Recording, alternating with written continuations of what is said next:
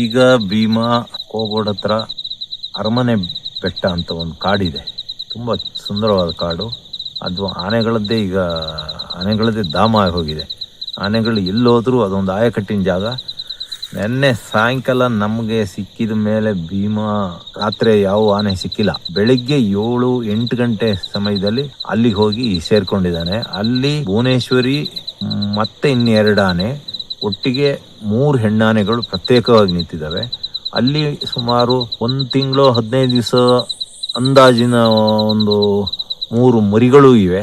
ಅಲ್ಲಿ ಭೀಮ ಇದ್ದ. ಈಗ ಆಮೇಲೆ ಭೀಮ ಅಲ್ಲಿ 2:30 3 ಗಂಟೆಗೆ ಹೊರಟು ಬರ್ಬೇಕಾದ್ರೆ ಅಲ್ಲಿ ಭೀಮನ್ ನೋಡಕ್ ಹೋದಾರೋ ಇಲ್ಲ ಕಾಫಿ ತೋಟದಲ್ಲಿ ಇರೋರೋ ಯಾರೋ ಇಬ್ಬರನ್ನ ಮೇಲೆ ಭೀಮ ಸ್ವಲ್ಪ ಅಟ್ಯಾಕ್ ಮಾಡಕ್ ನೋಡಿದಾನೆ. ಜೋರಾಗಿ ಬಂದು ಆನೆಗಳದ್ದು ಒಂದುಂಟು, ಸುಮ್ನೆ ಒಂದು 10 ಹೆಜ್ಜೆ ಮುಂದಕ್ಕೆ ಬಂದು ಕಾಲ್ನ ಒಂದ್ಸತಿ ನೆಲಕ್ಕೆ ಬಡ್ದು ನಿಂತ್ಕೊಂಡ್ಬಿಡ್ತವೆ ಕಿವಿ ಅಗ್ಲಿಸಿ. ಅದು ಬರ್ಬೇಡ ಅಂತ ಹೆದರ್ಸೋದು. ಅದೇ ರೀತಿ ಆಗಿದೆ. ಅಂದ್ರೆ ಅದು ಯಾರನ್ ಮೇಲೆ ಕೊಲ್ಲಕ್ಕಲ್ಲ, ಅದು ಉತ್ತರಕ್ಕೆ ಬಂದ್ರಲ್ಲ ಹೆದರ್ಸಕ್ಕೆ. ಹಿಂದೆ ಭೀಮಗೆ ಒಂದು ಕಾಲು ಉಗುರು ಹೋದಾಗ, ಈಗ 4-5 ವರ್ಷದ ಹಿಂದೆ ನಾನು ಕಾಡೊಳಗೆ ಹೋಗ್ತಾ ಇದ್ದೆ ಭೀಮನ್ ಹುಡ್ಕೊಂಡು. ಆ ಭೀಮ ನನ್ನ ನೋಡೇ ಆಗಿದೆ, ನಾನ್ ನೋಡಿರ್ಲಿಲ್ಲ. ಅಷ್ಟೊತ್ತಿಗೆ ಏನ್ ಮಾಡಿದ, ಭೀಮ ಮುಂದಿನ ಕಾಲ್ ನೆಲಕ್ಕೆ ಒದ್ದು ಸೌಂಡ್ ಮಾಡಿದ. ಅವಾಗ ನಾನು ಭೀಮನ್ ಹೀಗೆ ನೋಡಿ. ಅಂದ್ರೆ ಒಂದು ನಾನು ಇದೀನಿ ಇಲ್ಲಿ ಅಂತ ಒಂದು ಎಚ್ಚರಿಕೆ, ಇನ್ನೊಂದು ಬರ್ಬೇಡ ಅಂತ, ಇಲ್ಲ ಹತ್ರಕ್ಕೆ ಬಂದು ಬರ್ಬೇಡ ಅಂತ ಒಂಥರ ಹೆದರ್ಸೋದು. ಅದೆಲ್ಲ ಆನೆಗಳು ಮಾಡ್ತವೆ. ಇವತ್ತು ಅದೇ ಆಗಿರೋದು. ಏನ್ ಸರ್ ಬೆನ್ನಟ್ಟಿದ್ದಿ ವಿಡಿಯೋ ಏನ್ ಸರ್ ಈಗ ಬಂದಿರುವಂತದ್ದು? ಭೀಮ ಅಲ್ಲಿ ಬಂದಾನೆ ಅಷ್ಟೇ, ಸುಮ್ಮನೆ ಹೆದರ್ಸಿದಂಗ್ ಮುಂದಕ್ಕೆ ಬಂದಿದ್ದಾನೆ. ಹೆದರಿ ಓಡಿ ಬಂದಾರೆ ಅಷ್ಟೇ. ಎಲ್ಲಿ ನಡೆದಿದ್ದಂತೆ ಸರ್ ಇದು? ಅದು ಇಲ್ಲೇ ಕೋಗೋಡ್ ಹತ್ರ ಒಂದು ಕಾಫಿ ತೋಟದಲ್ಲಿ ಆಗಿರೋದು. ಅರಮನೆ ಗುಡ್ಡ ಕಾಡಲ್ಲಿ ನಡೆದಿದೆ. ಅದೇನಿಲ್ಲ, ಎಲ್ಲ ಆನೆಗಳು ಹಾಗೆ. ಎಲ್ಲ ಆನೆಗಳು ಕೆಲವು ಟೈಮ್ ನಾಯಿಗಳು ಹಾಗೆ ಮಾಡ್ತವೆ, ಸುಮ್ಮನೆ ಅಟ್ಟಿಸ್ಕೆ ಬಂದಂಗ್ ಮಾಡಿ ಬಂದಿದೆ ನಿಂತ್ಕೊಂತವೆ. ಅದೆಲ್ಲ ಮಾಮೂಲಿ. ಅದೇನು ಯಾರ ಮೇಲೆ ಏನು ಸಾಯ್ಸಕ್ ಬಂದಿದ್ದಲ್ಲ. ಆದ್ರೆ ಯಾಕೆ ಅಂದ್ರೆ ಅದ ಆ ರೀತಿ ಮಾಡಕ್ ಕಾರಣ ಅಂದ್ರೆ ಅಲ್ಲಿ 3 ಹೆಣ್ಣಾನೆ ಜೊತೆಗೆ ಚಿಕ್ಕ ಮರಿಗಳಿದಾವೆ, 15 ದಿವಸ ಮರಿಗಳು. ಜೊತೆಗೆ ನಿನ್ನೆ ರಾತ್ರಿಯಲ್ಲಿ ಇನ್ನೊಂದು ಆನೆ ಕೋಗೋಡ್ ಹತ್ರ ಮರಿ ಹಾಕಿದೆ. ಈಗಾಗ್ಲೇ ಆನೆಗಳ ಕುಟುಂಬಕ್ಕೆ ನಮ್ಗೆ ಗೊತ್ತಿದ್ದಂಗೆ 3 ಹೊಸ ಸದಸ್ಯರು ಬಂದಾಯ್ತು. 3 ಮರಿಗಳು ಹುಟ್ಟಿದವೆ. ಅದು ಬಹುಶಃ ಹೆಣ್ಣಾನೆ ಚಿಕ್ಕ ಮರಿ ಇರೋತ್ತಿಗೆ. ಅದೇ ಭೀಮಾಲ್ದಲ್ಲೇ ಯಾವ್ದಾರ ಹೆಣ್ಣಾನೆ ಅಲ್ಲಿ ಇವರು ಮುಖಾಮುಖಿಯಾಗಿದ್ರೆ ಏನಾರ ಒಂದು ಅನಾಹುತ ಆಗ್ತಿತ್ತು. ಯಾಕಂದ್ರೆ ಮರಿ ಹಾಕಿದ ಹೆಣ್ಣಾನೆಗಳು, ಮರಿ ಹಾಕಿದ ಯಾವುದೇ ಕಾಡಂದಿ ಆಗಿರ್ಬೋದು, ಬೇರೆ ಇರ್ಬೇಕು, ನಾವು ಸಾಕಿದ ಕೋಳಿಗಳು ಬಂದು ಮರಿ ಹತ್ರಕ್ಕೆ ಹೋದ್ರು ಬಂದು ಅಟ್ಯಾಕ್ ಮಾಡ್ತವೆ. ಅವ್ರ ಅದೃಷ್ಟ ಚೆನ್ನಾಗಿದೆ, ಹಾಗೆಲ್ಲ ಹೋಗೋದು ಸರಿಯಲ್ಲ. ಆ ಆನೆಗಳನ್ನ ಅವ್ರಷ್ಟಕ್ಕೆ ಅವು ಬಿಡೋದು ಒಳ್ಳೇದು. ದಯವಿಟ್ಟು ಯಾರು, ಆಮೇಲೆ ಭೀಮ್ಗೆ ಈಗ ಮದ ಪರಾಕಾಷ್ಠೆ ಮುಟ್ಟಿದೆ, ಎಂಡಿಂಗ್ ಮುಟ್ಟಿದೆ, ಸಿಕ್ಕಾಬಟ್ಟೆ ಸುರಿತಾ ಉಂಟು. ಜೊತೆಗೆ ಯಾವ್ದು ಅಲ್ಲಿ ಈಟಿಗೆ ಬಂದು ಹೆಣ್ಣಾನೆ ಸಿಗ್ತಾ ಇಲ್ಲ. ಹಾಗಾಗಿ ಭೀಮ ಸ್ವಲ್ಪ ಸಿಟ್ಟಲ್ಲಿದ್ದಾನೆ, ಜೊತೆಗೆ ರೋಷಾವೇಶನೂ ಇದೆ, ಕೊರೆ ಮುರಿದಿರೋದು ಬೇಜಾರು ಇದೆ. ಹಾಗಾಗಿ ದಯವಿಟ್ಟು ಈಗ ಅಂತರ ಕಾಯ್ದುಕೊಳ್ಳಿ. ಕಡಿಮೆ ಅಂದ್ರೆ ಒಂದು 100 ಮೀಟರ್ ದೂರಕಾರ ಇಲ್ಲಿ. ಒಂದು ಆನೆಗಳು ವಿಚಾರದಲ್ಲಿ ಒಂದು ವಿಷಯ, ಆನೆಗಳಿಗೆ ಬೇರೆ ಪ್ರಾಣಿ ಮನುಷ್ಯರಷ್ಟು ದೃಷ್ಟಿ ಇಲ್ಲ. 100 ಮೀಟರ್ ದೂರದಿಂದ ಮುಂದಕ್ಕೆ ಆನೆಗಳಿಗೆ ಅಷ್ಟು ಸರಿಯಾಗಿ ಕಣ್ಣು ಕಾಣಲ್ಲ, ಅಸ್ಪಷ್ಟವಾಗಿ ಕಾಣ್ತದೆ. ಹಾಗಾಗಿ ಒಂದು 100 ಮೀಟರ್ ಅಂತರ ಇಟ್ಟುಕೊಳ್ಳಿ, ಯಾರು ಹತ್ರಕ್ಕೆ ಹೋಗ್ಬೇಡಿ. ಇನ್ನು ಭೀಮ ಕಡಿಮೆ ಅಂದ್ರೂ ಇನ್ನು 1 ತಿಂಗಳು ಆ ಭಾಗದಲ್ಲೇ ಇರ್ತಾನೆ ಅನಿಸ್ತದೆ. ಯಾಕಂದ್ರೆ ಅಲ್ಲಿ 3-4 ಬ್ಯಾಚ್ ಇದೆ ಜಗ್ಬೋರ್ನಹಳ್ಳಿ ಆ ಭಾಗದಲ್ಲೆಲ್ಲ. ಹಾಗಾಗಿ ಎಲ್ಲ ಎಚ್ಚರದಿಂದ ಇರಿ. ಅಂದ್ರೆ ಇವತ್ತಿದೆ ಅಟ್ಯಾಕ್ ಆಗ್ಬಿಟ್ಟಿದೆ. ಈಗ ಅಟ್ಯಾಕ್ ಅಲ್ಲ, ಹೆದರ್ಸಿರೋದು ಅಷ್ಟೇ. ಹತ್ರಕ್ಕೆ ಬರಬೇಡಿ ಅಂತ. ಅಟ್ಯಾಕ್ ಅಂದ್ರೆ ಬೇರೆ. ಕಾಲ್ ಒಂದ್ಸತಿ ಹೀಗಂದು ನಿಂತ್ಕೊಂತಾವ ಆನೆ ಕಿವಿ ಅಗ್ಲಿಸಿ, ಅಂದ್ರೆ ಒಂದು ಎಚ್ಚರಿಕೆ ಕೊಡೋದು. ಅದನ್ನೂ ಲೆಕ್ಕಕ್ಕೆ ತಗೊಂಡ್ಲಿಲ್ಲ ಅಂದ್ರೆ ನೆಕ್ಸ್ಟ್ ಅಟ್ಯಾಕೆ. ಭೀಮ ಹೆದರ್ಸಿದಾನಂತೀರಾ? ಹೆದರ್ಸಿದಾನೆ ಅಂದ್ರೆ ಹಿಂದ್ಗಡೆ ಮರಿ ಇದಾವಲ್ಲ, ಚಿಕ್ಕ ಮರಿಗಳು, ಆಮೇಲೆ ಹೆಣ್ಣಾನೆಗಳು ಇದಾವೆ, ಚಿಕ್ಕ ಮರಿ ಇದೆ ಅಲ್ಲ, ಚಿಕ್ಕ ಮರಿಗಾಗಿ ಇದಾಗಿರೋದು. ಇಲ್ಲ ಅಂದ್ರೆ ನೆನ್ನೆ ಏನು ಮಾಡ್ಲಿಲ್ಲ ಭೀಮ್. 15 ಅಡಿ 20 ಅಡಿಗೆ ಯಾರಿಗೂ ಏನು ಮಾಡ್ಲಿ. ಇವತ್ತಂಗ್ ಮಾಡಿದ ಅಂದ್ರೆ ಚಿಕ್ಕ ಮರಿಗಳಿದಾವಲ್ಲ. ಈಗ 4-5 ವರ್ಷದಿಂದ ಭೀಮ್ನೇ ಪ್ರತಿ ಸತಿ ಮದ ಬಂದಾಗ್ಲೂ ಅಲ್ಲಿ ಹೆಣ್ಣಾನೆ ಜೊತೆ ಸೇರ್ತಾ ಇರೋದು. ಈ ವರ್ಷ ಮಾತ್ರ ಕ್ಯಾಪ್ಟನ್ಗೆಲ್ಲ ಅವಕಾಶ ಸಿಕ್ಕಿದ್ದು. ಹಾಗಾಗಿ ಅವೆಲ್ಲ ಮರಿಗಳು ಈಗ ಹುಟ್ಟಿ ನಿನ್ನೆ ರಾತ್ರಿ ಒಂದು ಮರಿ ಹುಟ್ಟಿದೆ ಬಿಕ್ಕೋಡ್ ಹತ್ರ. ಅವೆಲ್ಲ ಬಹುಶಃ ಭೀಮನ್ ಮರಿಗಳೇ. ಆದ್ರೆ ಏಷ್ಯಾದ ಆನೆಗಳು ಗರ್ಭ ಧರಿಸಿ 20 ತಿಂಗಳ ಮೇಲೆ ಮರಿ ಹುಟ್ಟೋದು. ಅದೇ ಆಫ್ರಿಕಾದ ಆನೆಗಳಾದ್ರೆ 22 ತಿಂಗಳು ಬೇಕು. ಅದಕ್ಕೆ ಗಜಗರ್ಭ ಅನ್ನೋದು. ಹಾಗಾಗಿ ಭೀಮನ್ ಮರಿಗಳೇ ಇರ್ಬೋದು, ಇಲ್ದಲ್ಲಿ ಬೇರೆ ಇದ್ರೂ ಇರ್ಬೋದು. ಹೆಚ್ಚಿನ ಅಂಶ ಯಾಕೆಂದ್ರೆ ಭೀಮನೇ ಈಗ 4-5 ವರ್ಷದಿಂದ ಭೀಮನೇ ಆ ಗುಂಪಲ್ಲಿ ಇರ್ತಿದ್ದಲ್ಲ ಮದ ಬಂದಾಗ. ಹಾಗಾಗಿ ಭೀಮನ ಮರಿ ಅಂತ ನಾನು ಹೇಳಿದೆ. ಕ್ಯಾಪ್ಟನ್ ಮಾತ್ರ ಓಡೋದ ಅಂತೀರಾ? ಕ್ಯಾಪ್ಟನ್ ಕೆಲಸ ಮುಗೀತು. ಕ್ಯಾಪ್ಟನ್ ಈಗ ಏನು ಇದಿಲ್ಲ, ಮದ ನಿಂತೋಯ್ತು. ಈಗೇನು ದಮ್ಮು ಇಲ್ಲ, ಆ ಪೌರುಷನೂ ಇಲ್ಲ, ಏನೂ ಇಲ್ಲ ಅವನಿಗೆ. ಇನ್ನು ಅಲ್ಲಿದ್ದ ಅವಶ್ಯಕತೆನೂ ಇಲ್ಲ. ಅವನು ಹೊಟ್ಟೆಪಾಡು ಹೆಚ್ಚಿನ ಅಂಶ ಹೋಗಿದ್ದಾನೆ. ಆದ್ರೆ ಈ ಆನೆಗಳದ್ದು ವಿಚಾರ ಏನು ಅಂತ ಹೇಳಕ್ಕಾಗಲ್ಲ. ಅಲ್ಲೆಲ್ಲೋ ಹೋದಂಗೆ ಹೋಗ್ತವೆ, ಮತ್ತೆ ವಾಪಸ್ ಓಡ್ ಬರ್ತವೆ. ಆದ್ರೆ ಇದು ಹೆಚ್ಚಿನ ಅಂಶ ಬರಲ್ಲ. ಕ್ಯಾಪ್ಟನ್ ಬರೋದಿಲ್ಲ ಅಂತೀರಾ? ಸಕಲೇಶ್ಪುರ ಬೇಲೂರು ಭಾಗದಲ್ಲಿ ಬಹುಚರ್ಚಿತ ವಿಷಯ ಅಂದ ಕೂಡಲೇನೆ ಭೀಮಾ ಮತ್ತೆ ಕ್ಯಾಪ್ಟನ್ ಯುದ್ಧ. ಏನಾಯ್ತು ಸರ್ ಭೀಮಾ ಮತ್ತೆ ಕ್ಯಾಪ್ಟನ್ ಎಂಟೈರ್ ಸ್ಟೋರಿ ಏನಾಯ್ತು ಸರ್ ಈ ಬಾರಿ? ಹಿಂದೆ ಒಂದು ವಾರದಿಂದ ಮುದ್ದೇನಹಳ್ಳಿಯಲ್ಲಿ ಒಂದು ಕಾಳಗ ನಡೆಯಿತು ರಾತ್ರಿ. ಅದಕ್ಕಿಂತ ಹಿಂದೆ ಭೀಮ ಸುಮಾರು 25 ಹಳ್ಳಿ, 2 ತಾಲೂಕು 3 ತಾಲೂಕಿಗೆ ಅಂದರೆ 2 ತಾಲೂಕು ದಾಟಿ 3ನೇ ತಾಲೂಕಿಗೆ ಹೋಗಿ ಜಗಬೋರ್ನಹಳ್ಳಿಗೆ ಹೋಗಿ, ಜಗಬೋರ್ನಹಳ್ಳಿಯಲ್ಲಿ ಅವನು ಫೈಟ್ ಆಗಿದ್ದಾಗ ಅದೇ ಫಸ್ಟ್ ಟೈಮ್ ಮೀಟ್ ಆಗಿರೋದು. ಅಂದರೆ ಮೀಟ್ ಆಗಿದ್ದಲ್ಲ, ಅಲ್ಲಿಗೆ ಹೋಗಿದ್ದು. ಅಂದರೆ ಅವತ್ತು ಕೋರೆ ಮರಕ್ಕೆ ಹೊಡೆದು ಕೋರೆ ಕಳ್ಕೊಂಡ್ಮೇಲೆ ಹೋಗಿ ಅಲ್ಲೆಲ್ಲ ಸುತ್ತಿ ಬಹುಶಃ ರೋಷಾವೇಶ ಜಾಸ್ತಿ ಆಗಿರ್ಬೋದು. ಅಲ್ಲಿಂದ ನೇರಾಗಿ ಅವತ್ತೇ ರಾತ್ರಿ ಮುದ್ದೇನಹಳ್ಳಿಗೆ ಹೋಗಿ, ಮುದ್ದೇನಹಳ್ಳಿಯಲ್ಲಿ ರಾತ್ರಿ ಒಂದು ಫೈಟ್ ಆಗ್ತದೆ. ಆವಾಗ ಭೀಮನ್ ಜೊತೆ ಒಬ್ಬ ಸಹಚರ ಇದ್ದ, ಅವನು ಪೆನ್ಸಿಲ್ ಕೋರೆ. ಅವನು ಹೋಗಿ ನನಗಲ್ಲಿ ಹಳ್ಳಿಯರು ಹೇಳಿರೋ ಪ್ರಕಾರ ಅವನು ಹಿಂದ್ಗಡೆಯಿಂದ ಅಟ್ಯಾಕ್ ಮಾಡ್ದ ಅಂತ. ಯಾಕೆಂದ್ರೆ ಅಲ್ಲಿ ಮನೆಯವರು ಹೇಳಿದ ಪ್ರಕಾರ ಅಲ್ಲಿ ಹೋಗಿ ರಾತ್ರಿ ಒಂದು ಫೈಟ್ ಆಗ್ತದೆ, ಭಾರಿ ಫೈಟ್ ಆಗ್ತದೆ. 9 ಗಂಟೆಯಿಂದ ರಾತ್ರಿ 2 ಗಂಟೆವರೆಗೂ ಫೈಟ್ ಆಗ್ತದೆ. ನಾನು ಮುದ್ದೇನಹಳ್ಳಿಗೆ ಹೋಗಿ ಸ್ಪಾಟಿಗೆ ಹೋಗಿದ್ದೆ. ನಾನು ಸುಮ್ಮನೆ ಬೇರೆಯವ್ರ ಮಾತು ಯಾಕೆ ಕೇಳಬೇಕು ಅಂತ. ಆಮೇಲೆ ಅಲ್ಲಿ ಹಳ್ಳಿಯರು ಎಲ್ಲ ಬಂದರು. ನಾನು ಬಂದ ಕೂಡಲೇ ಅಲ್ಲಿ ರೈತರನ್ನ ಕೇಳಿದಾಗ ಜಾಗಕ್ಕೆ ಕರ್ಕೋದ್ರು, ಅಂದರೆ ಆ ಸ್ಪಾಟಿಗೆ. ನೋಡಿ ಇಲ್ಲಾಯ್ತು ಅಂತ ನಾನೇನಾರು ರಕ್ತ ಏನಾರು ಬಿದ್ದಿದೆಯಾ, ಯಾವ್ದಾರ ಒಂದು ಆನೆದು ಅಂತ ನೋಡಿದೆ, ಏನು ಅಂಥದ್ದು ಇರಲಿಲ್ಲ. ಆವಾಗ ಹೇಳಿ ಇನ್ನೊಂದು ಆನೆ ಒಂದು ಭೀಮನ್ ಜೊತೆನೇ ಹೋಗ್ತಿತ್ತು. ಒಂದ್ಸತಿ ಹಿಂದಿಂದಲ್ವ ಅಟ್ಯಾಕು ಮಾಡ್ತು ಅಂತ. ನಾನು ಆನೆಗಳ ಪ್ರಪಂಚದಲ್ಲಿ ಈ ರೀತಿ ಗೊತ್ತಿರಲಿಲ್ಲ ನನಗೆ. ಆದರೆ ನಮ್ಮ ದನಗಳು, ನಾಯಿಗಳು ಫೈಟ್ ಮಾಡ್ಬೇಕಾದ್ರೆ ಇನ್ನೊಂದ್ರ ಪರ ಆಗಿ ಬಂದು ಫೈಟ್ ಮಾಡೋದು ಅದೆಲ್ಲ ಇತ್ತು. ಆಮೇಲೆ ಅವತ್ತಲ್ಲಿ ಫೈಟು ಮುಗೀತು. ಮತ್ತೆ ಅದ್ರ ನೆಕ್ಸ್ಟ್ ಟೈಮ್ ಮತ್ತೆ ಫೈಟಿಂಗ್ ನಿಂತಿದ್ದು ಅಂತೆ. ಯಾವುದೋ ಒಂದು ಮಧ್ಯೆ ಒಂದು ಆನೆ ಬಂದು ನಿಂತ್ಕೊಂಡು ಆ ಫೈಟ್ ತಪ್ಪಿಸ್ತು ಅಂತ ಒಂದು ಸುದ್ದಿ ಬಂತು. ಆಮೇಲೆ ಭೀಮ ಸಡನ್ ವಾಪಸ್ ಹೋದ.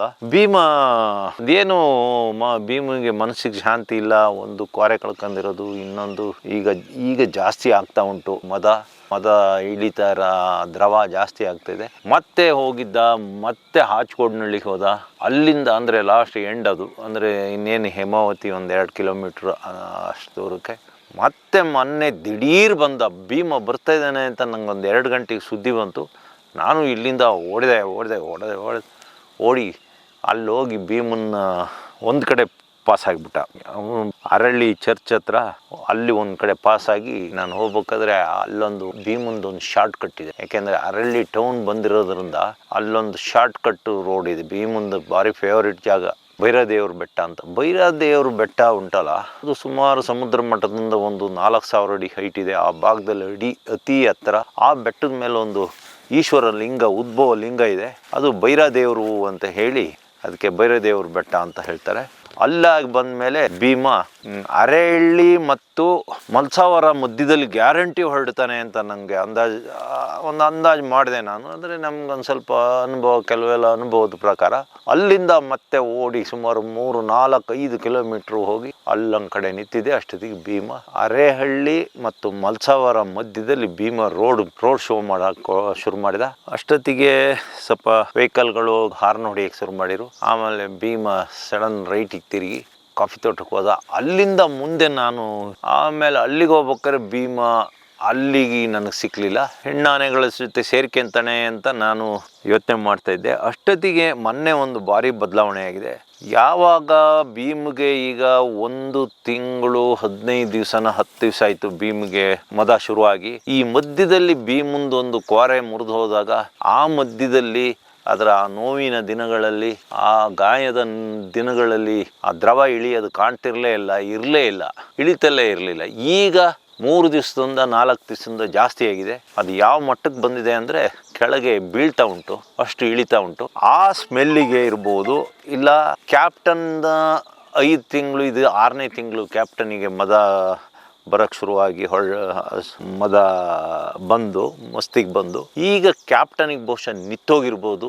ಭೀಮನ ಈ ಇದ್ರದ್ದು ಸ್ಮೆಲ್ಲಿಗೂ ಇಲ್ಲ ಅದಕ್ಕೆ ಯಾವಾಗ ಮದ ಕಡಿಮೆ ಆದ ಕೂಡಲೇ ಅದರಲ್ಲಿ ಇದ್ದಿದ್ದ ತಾಕತ್ತು ಇಲ್ಲ ಆ ಪೌರುಷ ಕಡಿಮೆ ಆಗ್ತದೆ ಆನೆಗಳಿಗೆ.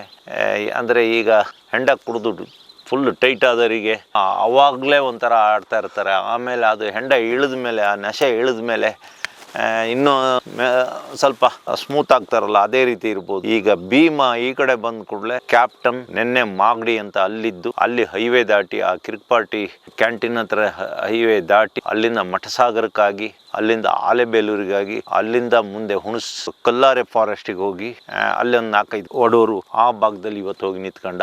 ಆಮೇಲೆ ಇವತ್ತು ಬೆಳಿಗ್ಗೆ ಬಂದು ಒಂದು ವರದಿ ಪ್ರಕಾರ ಭೀಮಾ ಇವತ್ತು ಬೆಳಿಗ್ಗೆ ಬೇಲೂರು ತಾಲೂಕು ಅರಮನೆ ಗುಡ್ಡ ಅಂತ ಒಂದು ಕಾಡಿದೆ. ಬರೀ ಸುಂದರವಾದ ಕಾಡು, ಕಲ್ಲು ಬಂಡೆಗಳಿದಾವೆ, ಎವರ್ಗ್ರೀನ್ ಫಾರೆಸ್ಟ್, ಅದು ಕೆಳಗಡೆ ನೀರಿದೆ. ಇವತ್ತು ಬೆಳಿಗ್ಗೆ ಒಂದು 7ರಿಂದ 8 ಗಂಟೆಗೆ ಅರಮನೆ ಗುಡ್ಡದ ಕಾಡಲ್ಲಿ ಭುವನೇಶ್ವರಿ ಮತ್ತೆ ಇನ್ನು 2 ಆನೆಗಳು ಅಲ್ಲಿ ಇತ್ತೀಚೆಗೆ ಅಂದ್ರೆ ಒಂದು 10-15 ದಿವಸ ಮರಿ ಹಾಕಿರೋದು ಮರಿಗಳು. ಆ ಮರಿಗಳು 2 ಇದೆ. ಅದು ಬೇರೆ ಯಾವ ಹೆಣ್ಣಾನೆಗಳು. ಅದು ಬಹುಶಃ ಕಳೆದ ವರ್ಷ, ಅದ್ರ ಹಿಂದಿನ ವರ್ಷ ಎಲ್ಲ ಭೀಮಂದೆ ಪಾರಪತ್ಯ ಆಗಿತ್ತು.